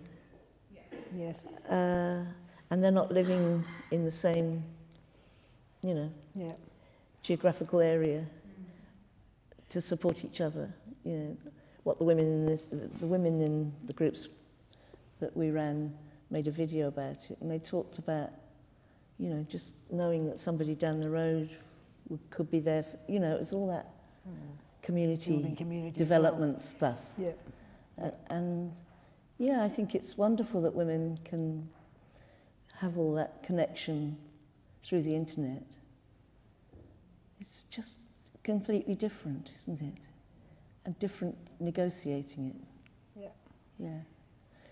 Very convenient for us too, I think, to be able to hear their stories and yeah. I have I'm not sure if it's a question, but what do you think? My sense is that this lack of connection, though, face to face, human to human, is part of the problem, is my sense. That I think there's something that happens when we come together. Yeah. Like what you were just saying, Nicky, about, you know, the woman down the street, or you know, you cross paths with someone, you have an interaction, and there's something that happens energetically between two humans or 10 humans. I know for myself, I'm really nervous. I get really nervous speaking in front of people. Great. But I think that's an example, actually, of this kind of removal to this virtual platform where we get out of practice in how to converse, where we can kind of sit in our little protected comfort zone. And we can be anonymous in a way. And I think that there's something about accountability, something about being able to take ownership of our experience, that we can really only do that when we're seen and heard within a group. I think there's something really powerful. I wonder about that, and I wonder if you could maybe speak to that. Can I just say, I'll say one thing. I mean, I think actually there's a growing body of research around, particularly coming from COVID, and looking at that, what that means to, to be interacting on screen and what have you, but not to be in bodily presence, because that's a hormonal story, that's a hormonal exchange, as well as, you know, it's not only just hearing words or hearing the story, it's about feeling that. So that, I think there's research around that. I think there's also research then that is looking at that, to be only online and having the supposedly feeling that you're in deep connection with somebody who you don't really, you've never met or seen, but you're following some.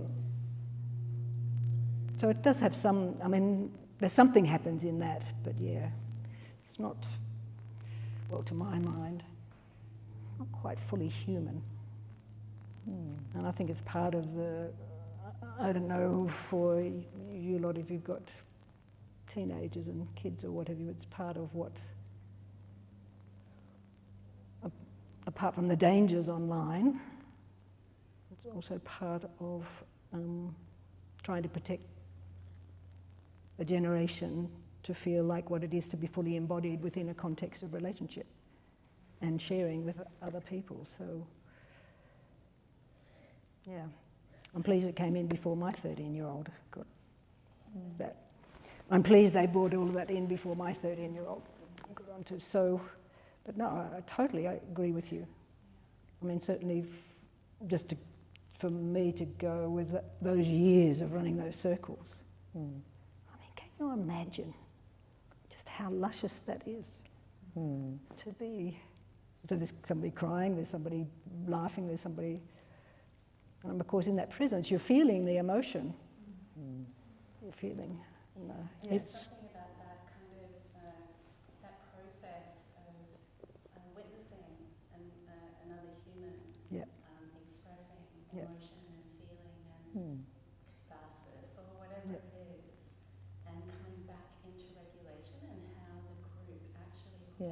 Yes. that capacity Yep. for that one Yep. to Yes. be dysregulated, Yep. to come back to regulation. Yes. So that's, I feel like that's a huge part of like the antenatal education Yeah. is really about meeting women in that space, whether it's one-to-one, whether it's within a group. I'm a midwife, and over the past several years I've been really diving into more of a depth way, experimenting really, from more of a Hakomi embodied somatic psychotherapy approach, and I can sense that there's a real kind of need for that, to be able to really, for us as practitioners, as midwives, as doulas, to be able to learn the art of our own regulation. And so I mean, getting back to the group thing, physical group, it's obviously social, big social importance, connection, because I'm sure your women say the same thing as they say the same, which is, the phrase is friends for life. Yes. You know, those of us who had babies a long time ago develop friends for life from those groups. But there is something visceral, neurohormonal, something about trust and that develops when you're in a group with people you learn to trust.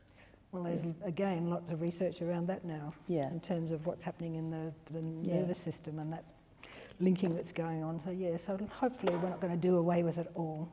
But there is also something about, I mean, for instance, some of you might have seen it, but that, so Joe Hunter, up on, so I don't quite know what the language is, but I think it's a reel. I think it was a reel, or it's a story, or it's a something or other, you could tell me. But Joe put up fairly recently, maybe it was just photos. Do you know the one of the twins? Yeah. I mean, for God, you know. Amazing. Just open your heart and just weep as you're watching that. So, I mean, it can be very powerful as well. Some of the well-edited, probably, reels or slides on, they can be very educational, and so that one certainly is that twins. What, mind you, they were her fourth and fifth baby. So she's a fairly experienced birthing woman already, but the pretty amazing how it was. So some of it's good. I do have some, not concerns, but I do think... We love to hear the concerns, yes? We'd like to... Yeah. I don't know how to put it. I wept when I saw that twin birth. Yes. I was with Jo when she put it up. Yeah. And I think those images are really important and powerful. But I think we have to be really careful when we're working with different groups, not to assume that that's what they would want. You know, I'll give you an example. I remember once I was working with a woman, quite poor working class woman who was having twins at home. I'd taken her to see the obstetrician to try and get to do it. She wasn't going to go to hospital. She said, if I'm going to die, I'm going to die at home. I'm going to die, you know, if those babies are going to die, they're going to die at home. She'd had a terrible experience with her first baby. She'd come to the group. Okay, she'd come to the antenatal group. She said they practiced doing internals on me during my labour. She'd been sexually abused as a child. Yeah. And I got to know her quite well in the group. And one day I was in the market and she comes up, she said, "Here, you do some for nothing, don't you?" I said, "Yeah." She said, "I'm pregnant again." Anyway, it was twins, so I'd take her to see Michael Chapman, who had the same surname, and she was claustrophobic. What's it called when you can't get in a lift? Anyway, it was all worked out that she was going to the hospital, and then she phoned me that evening and said, I'm not going in, I've got to have them at home. So she had her twins at home. I think part of it was that she wanted to have a fag in between the twins. Anyway, so I arrived there in this tiny little flat with trains zooming by the window and in Deptford, and the enormous television was blaring, and it was all the lights on, and so anyway, she went and had some time in the bathroom, and so I turned the lights down and I turned the television off, and she comes back in, and I'd got a little birthing stool ready for her because I could see she was getting on. You're getting the She comes in and she goes, what the fuck? On goes the television, on goes the lights. You know,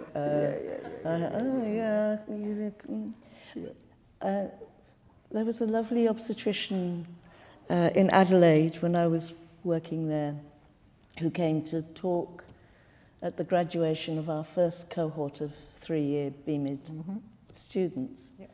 And he said, I'm going to say 2 words for you to set you off on your careers as midwives. And they are these words: assume nothing. Isn't that profound? Assume nothing. Right. Yeah, I loved that. I still think of him. He's long dead, but Or to be on. assume nothing. Yes. Yeah. Good. We've got about 5 more minutes. Yes, go. I was wondering if either of you could talk about that fine line between the coercion and the fucking epidural, and how you do, what you do there. I think you call it a green light in your books, that you might have had that relationship before with them, but when it gets to that point, any tips on what you can do when they really want that fucking epidural? Yeah. Oh, they want it. They do want it. And sometimes we get to a point where we just wish they would have it. So everybody could have a bit of a snooze. No, you never feel like that. Never.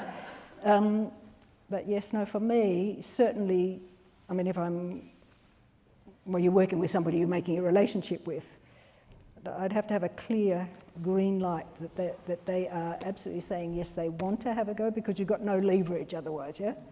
But when that inevitable, particularly if it's a first labour, I mean, some women have a crisis of confidence, at 1 to 2 centimetres and 4 to 6 to 7 centimetres, all the way through. So they're putting some trust in you. You're meeting them enough to feel like you feel like you've got some strong energy to give them, and a few tricks, maybe not tricks, but things to do. And it depends on if it's early in the labour, then of course you're ideally tucking them up in bed and just waiting it out, or they have a big cry, or they have to sort something out with their partner, or they've got to go and bash something that reminds them of their mother, or whatever the stories might be. So that can be happening sometimes in early. But when they're getting deeper into labour, the art of bamboozling, and that is you just don't let them rest into it. So they're starting to go into the whinge or the whine or the anger or the collapse or what have you. Then, unless sometimes, my experience, if you've known them well and you know if there's any big stories, so maybe, you know that language of mine about wild cards, Are there any wild cards in this story, in this woman's story? So if you know what that wild card is beforehand, and it feels like it's coming up, you've done whatever work you might have been able to do with it previous to her being in labour, but if it's coming up in the labour, then that can be about reminding, or it can be about having worked out, you know, beforehand, look, you're carrying that wild card. If it comes up, what usually works for you in when it comes up for you in other things in life and so on. So you're examining what might be the things to work with that. But if all of those things are, and it's deep in the labour, you're just keeping her busy so that she doesn't sink into. You're not leaving her alone enough to start to go into a wimp mode or a... Anger is better, anger is good, Yeah. I mean, we're letting, because it's a releasing, yeah? But that thing of the collapse is... I mean, I know it doesn't go with the calm birthing thing, but I used to get them making noise, you know, roaring, shouting. Yeah. It's so... That's why sometimes with women with the calm birthing thing, that's their only tool. Yeah, yeah. They haven't been given another tool. Yeah. Sorry if I'm offending anyone who's really into it. I'm backing her on that. But, you know, sometimes in getting women to run across the room shouting, Yes. bouncing up and down, Yeah. is terrific. Releasing it out. Yeah. It's such a skill, isn't it? For all of us, we just keep trying and practicing and seeing what works for different women, but there's no... Well, you've got your toolkit, but there's no real answer to your question, I think. Well, getting to know them as much as possible and get that trust so that you're getting the story beforehand. Yep. And sometimes you have to get the partners out of the fucking room for a period of time. Yeah. Yeah. Send them out for supplies. I mean, at home births, that's what we used to do. The partners would be endlessly, oh, we've run out of this, oh, we've run out of that, oh, we've run out of the other. Sending the partners off because the partners are freaking out and it's not helping the woman. Yep. Few more.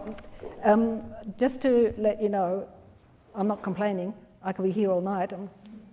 Nicky, you could be here all night. Well, I'm taking her home anyway, so if I'm here all night, so I'm loving the questions. Unless anyone's going to Reservoir tonight. Yes, but it is 9 o'clock if anybody needed to be mindful of that. Yes? Just going back to the working with pain, and considering that we're inducing 40% of, I'm particularly thinking about the primate with the artificial oxytocin in it and the square. I love this concept of the square because you don't have that. No. Have you got any tips or trick with, particularly the primate where, you know, it's just bad. I think it's horrible. It's for awful. them. It's really horrible. It's horrible for people attending, you know. And no wonder they choose an elective caesarean next time. You know, a lot of them. Or the home birth. Or the home birth. Or the That's home right. The home birth. But that pain, that heals it's just hideous. It is hideous, and as midwives, it's hard to see. Yeah. Particularly when the induction has questions around it. But the reality as midwives, we are working with 40 to 50% of, particularly first-time mothers, that get a bit wiser. It's incredible, isn't it, to think about that? Yeah. But how can that be? How can we've got to that? And we spend, as continuity midwives, a lot of time trying to get them off that railway track. But it's actually quite difficult in that middle line of working with hospital policy that says your BMI is this, therefore you need to have a baby at 40 weeks. And that brings our numbers up to 40 to 50%. And then we need to try and work with, unless the women are self-informed and get very educated, which we try and do, but not always achieve. It's helping them work with that, which sometimes the fucking epidural is. I think working with pain is about normal labour. I think it's about the waves. It's working with the waves. So it's preventing that induction in the first place, but not always achievable.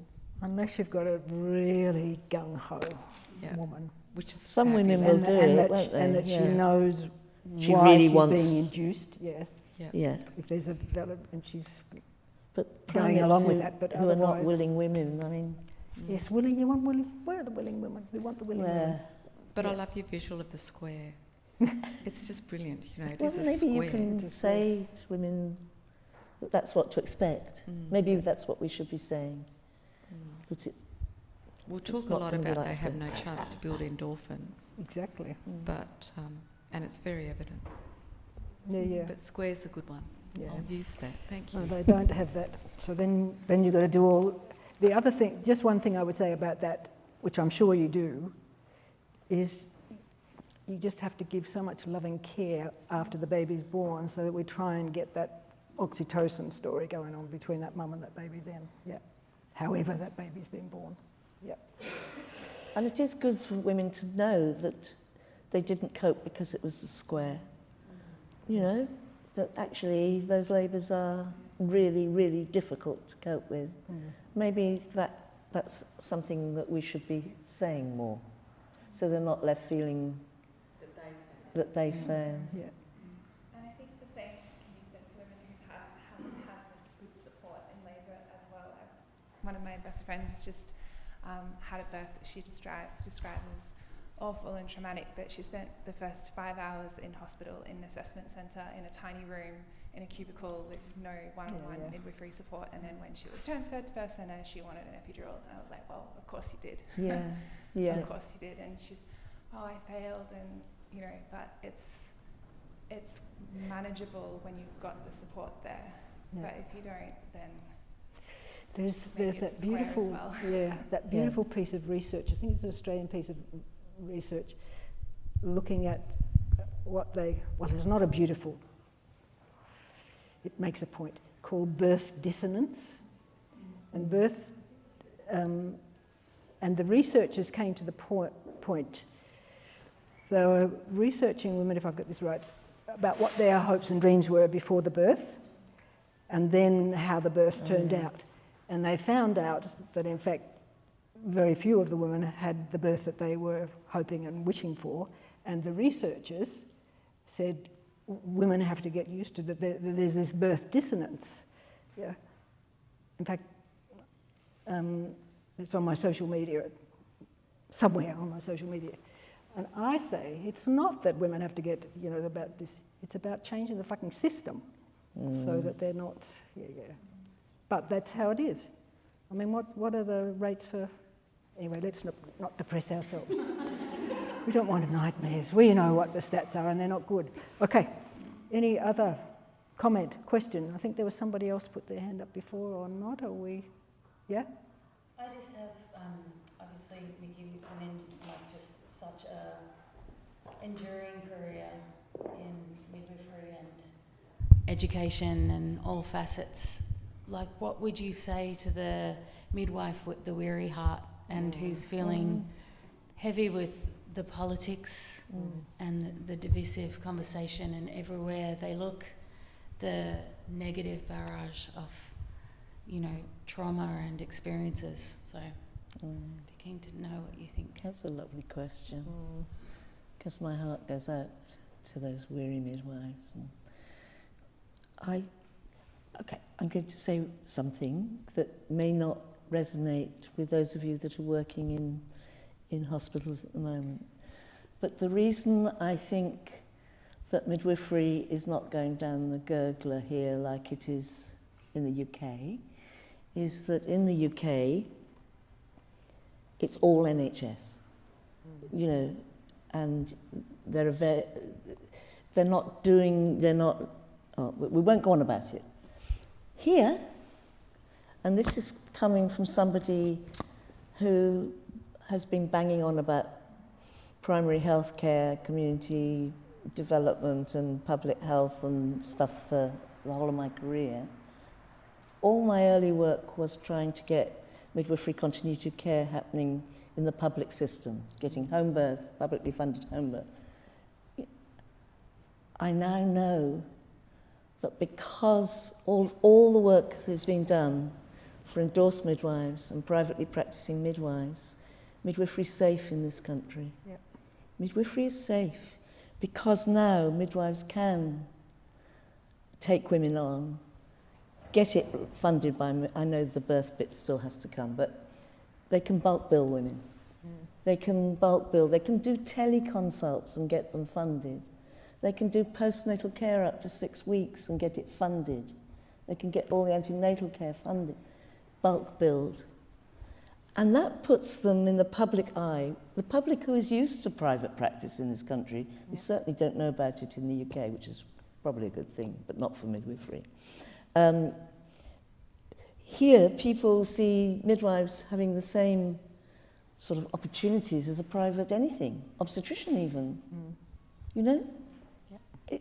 It gives midwives a status and a potential to practice as independent practitioners, as guardians of the normal, you know? So I feel, I know it's hard, and I'm not saying everyone's got to work privately, but that will have eventually a knock-on effect on how midwives are treated within the system. And I think it is already, because wonderful things are happening in the public system here in places too. Wonderful. Yep. I think the Mercy have just got a home birth. Can we believe it? But yes, the Mercy has got a home birth program. You know, take heart. It's not going to be like the UK. It's not. Midwifery here is strong. And I would say, make sure you get active in the college. Please join the college and get behind all the changes. I meant to do this right at the start. I'm going to do it. But who are the midwives? I know who are midwives in the room? Mostly. Who are doulas in the room? Can we talk? That's the rest. And some of them are doulas and midwives. And some of them are just friends of ours. Is that rain? Yeah. And your cars are over there. Hopefully it goes fast. Anybody who's not a doula or not a midwife, how come you're here then?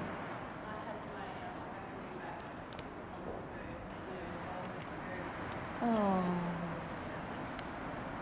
Okay. How nice. Give her a high five. Or a hug, yes. Good. And who else was not either a doula or a midwife? Student midwives. Well, you're on the right track. There you go. Yeah. And you know, midwifery education in this country is just fantastic. Really, the courses are so good. When I was first living in this country in early 90s, actually as part of AMAP, I did a telephone survey. I wasn't allowed to do it because it had to be anonymous. So a proper research rang every single midwifery education program coordinator around Australia to find out what the standards were, because there were no midwifery education standards. AMAP made that happen. And do you know, the courses range from 3 months to a year, and some people were being ticked off as competent and had attended fewer than 2 births. They were coming down from the country to the cities for a bit of city experience. One person who should be nameless said to me, "Oh, you can make a nice little midwife up there in the country because they've been doing nursing first. So, you know, they come down here and fuck off. They'll be all right." And they were going back to units where the midwives were all working as nurses as well, and that's what their experience. So it was dire, and it was in getting through the college, the Bachelor of Midwifery task force together to develop standards for these new courses that we were introducing, and then saying, these have to be the standards for all midwifery courses. And that's when we got our Australian midwifery education standards. And they're fine. They're a really fine thing. Would you all agree? Yep.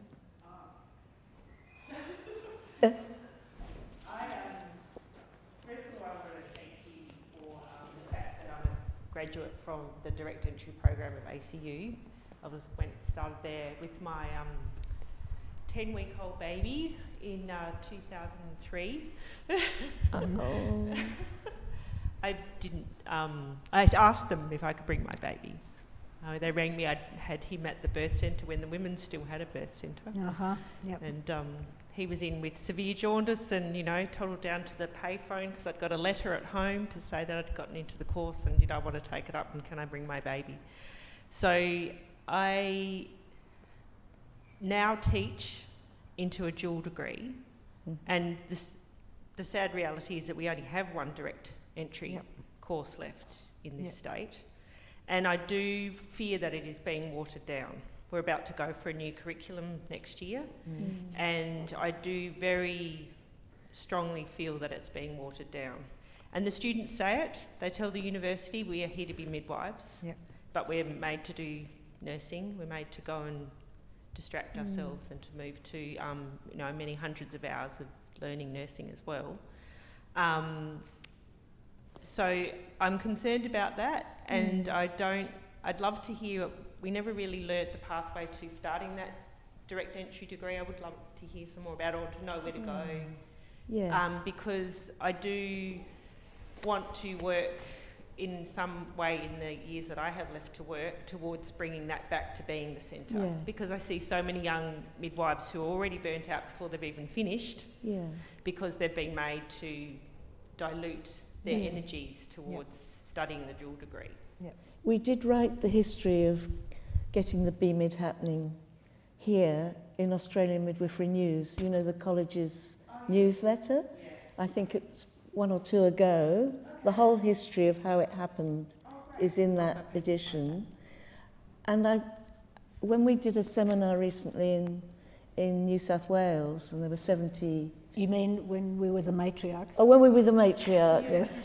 There were 70 people there, and almost all of them had done a BMID. BMID graduates are working up in rural and remote areas with caseloads. And there are several universities who are stopping doing the double degree now and setting up a 3-year BMID. So this is what the I'd tide like to has changed. Yeah. It has and turned. Where is that coming out of? I've heard Edith Cowan. They went back. Yeah. They went back to doing Be Weird one. And I heard a rumour that there might be something happening in Melbourne in the next year or 2. Yeah. Not going to say anything more. Well, that heartens me. Thank you very much. We're going to finish off because the rain has stopped and you want to try and get out before the next one. But can I just tell you one other short little story from my history? So back in the early days of home births, as I said here, GP obstetricians, and then just somebody who'd had a home birth, then started to go along to support. So before the doulas and all of that. And then the GPs who were doing the home births, there were 2 here in Melbourne, they then started to work with midwives who were working in the hospital, who then started to come over and were working with the GPs at the home births. So the other women like me, who had no qualifications anywhere for anything, apart from childbirth education, we could see the writing on the wall, which was appropriate, which was right to happen. But we started to think, well, what do we want to do? So we set up it was about a year-long process with about 9 or 10 of us looking to design a direct entry midwifery course that we would want to do. So this was back in the 80s. And the first direct entry course here in Melbourne was 2001. So it was a long hiatus. Anyway, by the time, some of us were dead by the time that all happened, and the rest of us were going on doing other things. Because we got quite close, actually, we're talking with La Trobe, and this is way back then, just got quite, and with the government, but as I recall, just when we thought it was going to happen, it was a state election and the government changed, and that was the end of that. So then some of those women who were really just dropped out of the birth scene, and I went to uni and did psychology and counselling, and feeling like that would be a pathway that could be useful. So, many ways. Okay, well, brilliant to have you all here. We love to have this chat. Brilliant, Nicky, to have you here. Thank you for coming and joining us here. And I think you should give her a big cheer.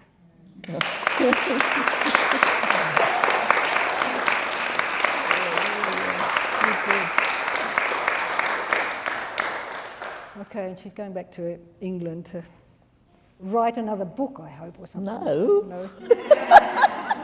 She's retiring? Is she retiring? No, can't do that either. I don't think researchers ever retire. Okay. We don't. Thank you everyone for coming. Please feel free to stay back and have a cuppa and chat, and I'm going to kick you out the door. Yeah. And watch this space, because there will be, we're going to get back on board with doing some more regular conversations with juicy speakers. So watch this space, and we'll see you again another time. Yeah. Great.